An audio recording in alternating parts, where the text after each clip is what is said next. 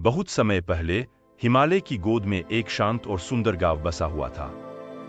इस गांव में एक महान साधु रहते थे, जिन्हें सभी महान योगी के नाम से जानते थे। उनकी उम्र का कोई अंदाजा नहीं था, पर लोग कहते थे कि वे सैकड़ों वर्षों से हिमालय में तपस्या कर रहे थे। उनके पास असीम ज्ञान और शक्ति थी, और वे ध्यान के अद्वितीय रहस्यों को जानते थे। गांव का हर व्यक्ति उनसे आशीर्वाद लेने आता था।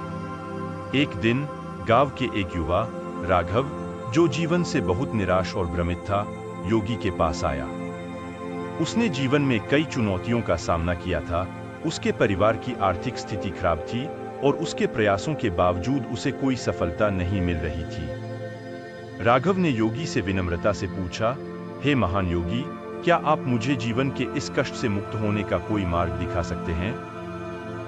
योगी ने उसे ध्यानपूर्वक देखा और मुस्कुराते हुए कहा, राघव, तुम्हारे कष्ट का कारण तुम्हारा मन है। यह एक ऐसा अस्त्र है जिसे यदि सही तरह से चलाया जाए तो यह तुम्हें जीवन में हर सुख और शांति दे सकता है। लेकिन यदि इसे गलत तरह से चलाया जाए तो यह तुम्हें दुख और चिंता में डाल सकता है। राघव को यह सुनकर बहुत आश्चर्य हुआ।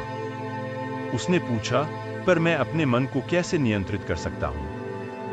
यह तो हर समय विचारों में उलझा रहता है। योगी ने कहा, यह तुम ध्यान के माध्यम से सीख सकते हो। ध्यान एक साधना है जो तुम्हें अपने मन को समझने और नियंत्रित करने में मदद करती है। ध्यान की विधि सीखने के लिए तुम्हें मेरे साथ पर्वत की चोटी पर चलना होगा। राघव ने योगी के प्रस्ताव को स्वीकार किया। दोनों अगले दिन सुबह तड़के पर्वत की चोटी की ओर चल दिए। यह यात्रा बहुत कठिन थी। ऊंची ऊंची चढ़ाइयां, बर्फीले रास्ते और तेज ठंडी हवाएं। लेकिन राघव ने हार नहीं मानी। उसने योगी के साथ चलते रहने का संकल्प लिया। चोटी पर पहुंचते पहुंचते कई दिन बीत गए। जब वे अंततः चोटी पर पहुंचे तो योगी ने राघव से कहा, अब तुम तैयार हो। बैठो और अपने मन को शून्य करने की कोशिश करो। अपने भीतर की शांति को महसूस करो। राघव ने योगी की बात मानी। पहले तो उसे ध्यान करना मुश्किल लगा। उसका मन विचलित हो रहा था और विचारों की बाढ़ आ रही थी। लेकिन उसने हार नहीं मानी और धैर्यपूर्वक ध्यान करता रहा। कुछ दिनों बाद उसने अपने भीतर एक अद्भुत शांति महसूस की। उसके विचार धीमे होने लगे और वह एक गहरे ध्यान में उतर गया। अचानक उसे ऐसा लगा जैसे वह अपने शरीर से अलग हो गया हो।